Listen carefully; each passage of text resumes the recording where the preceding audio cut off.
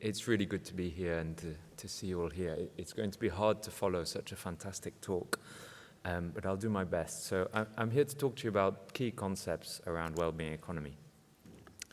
I'll start with what people want. People want to thrive, not just survive.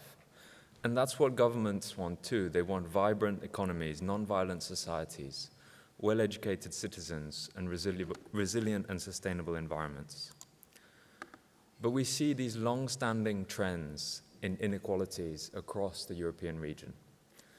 So this is data from a few years ago, which shows that between the lowest 20% by income and the highest 20% by income, there are long-standing differences in health outcomes and the experiences of people in their daily lives.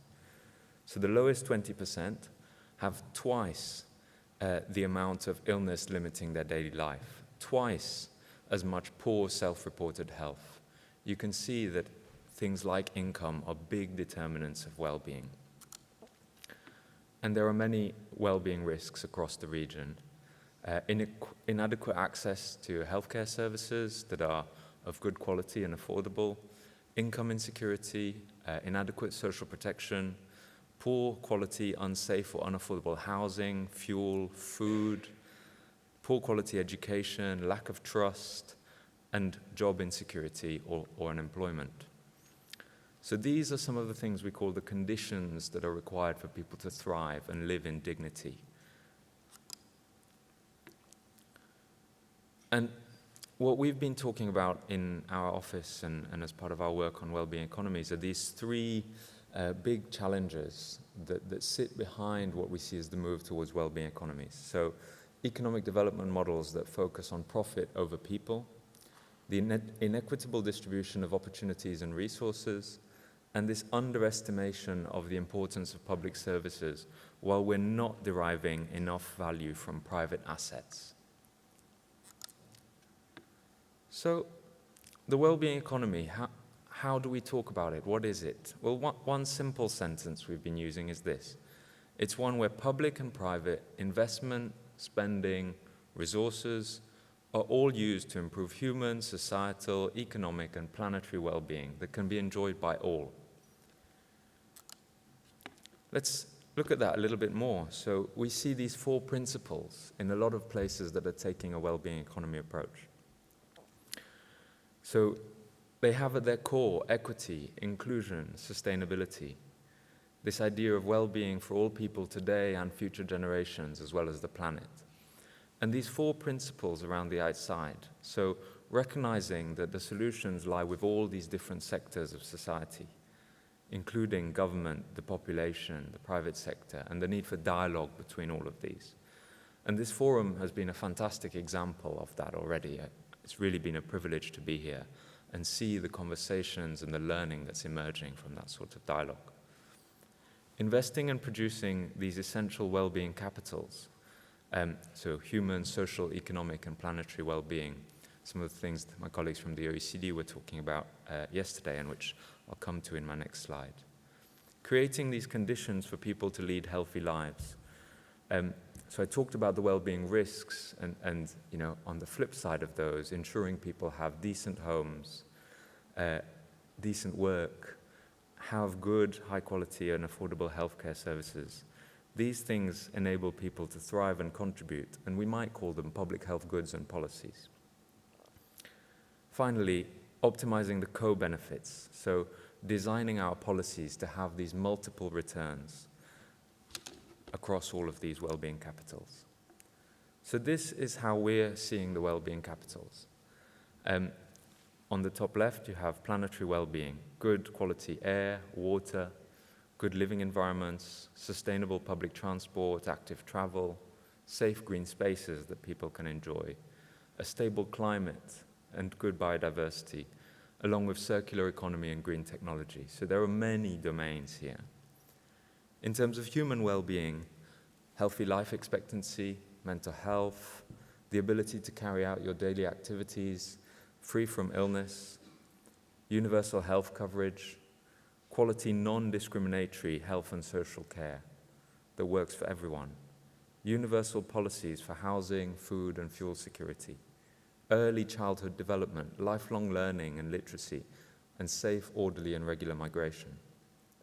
In terms of economic well-being, we have living wages, universal social protection through the life course, decent, psychologically safe work, gender-responsive employment, social dialogue and collective bargaining, and economic cohesion and balanced development across regions.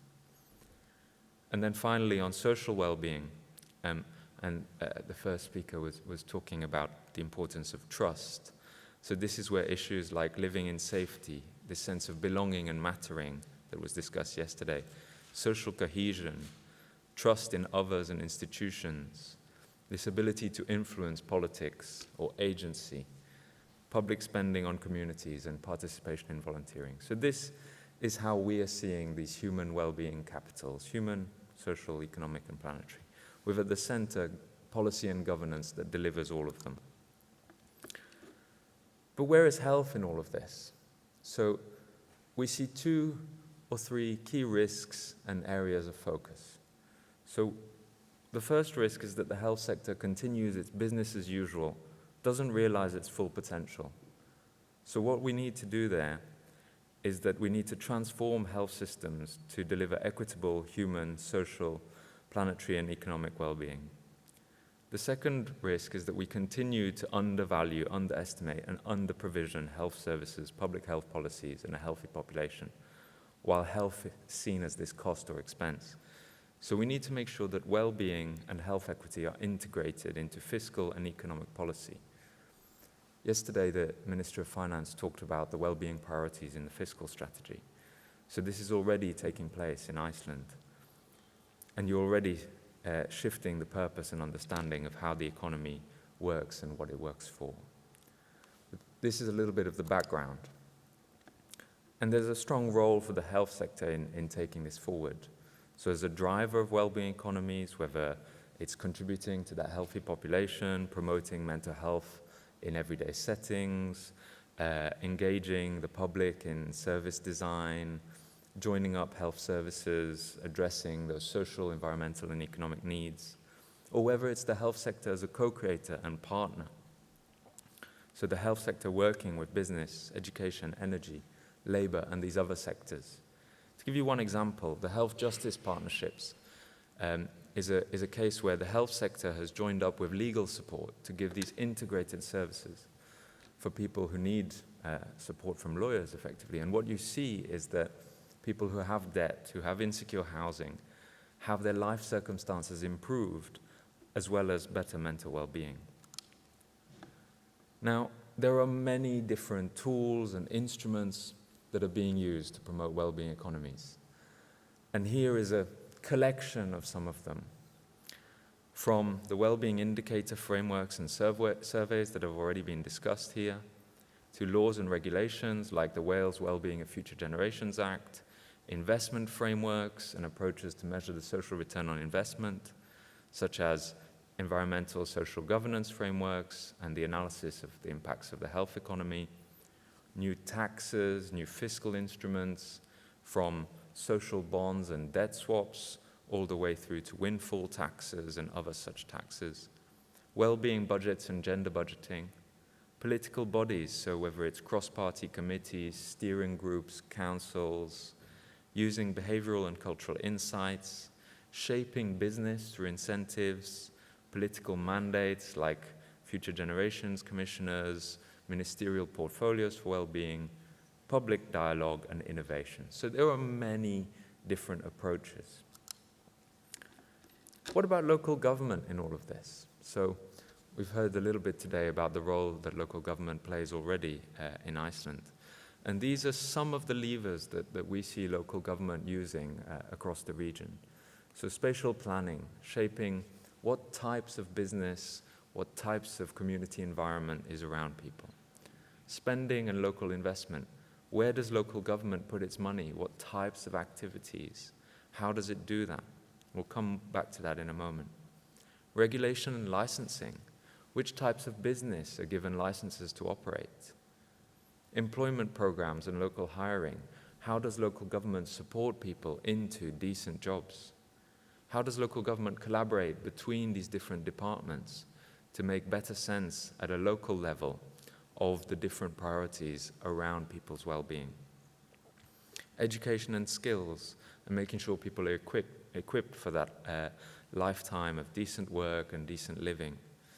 Distributional impact assessments, including health equity impact assessments. How does local government assess the impact of its decisions on local people across the income distribution?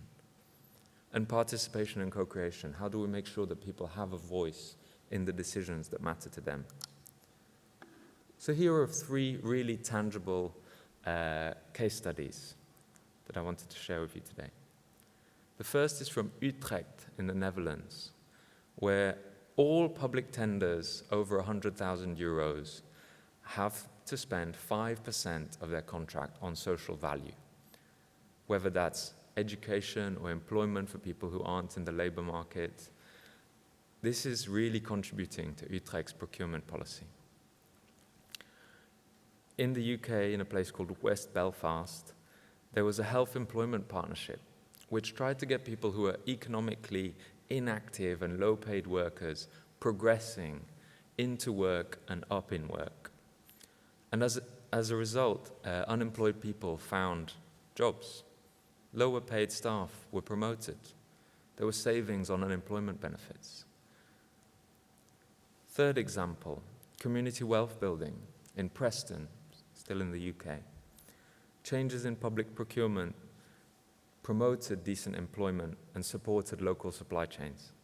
They found reduced prescribing of antidepressants and reduced prevalence of depression, an increase in life satisfaction of 9%, and an 11% increase in median wages.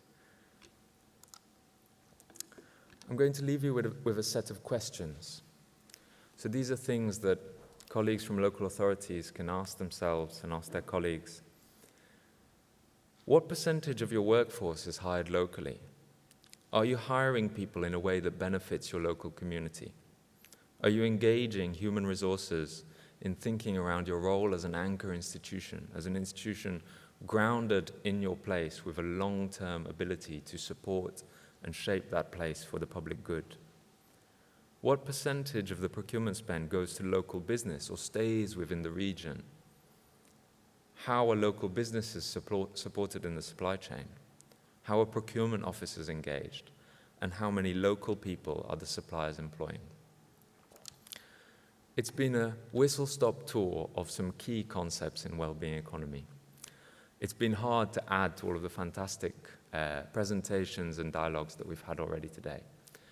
But I hope that I've helped make this a little bit more tangible and real. How can we take this forward at the next level? And I really look forward to progressing on this journey with you. Thank you.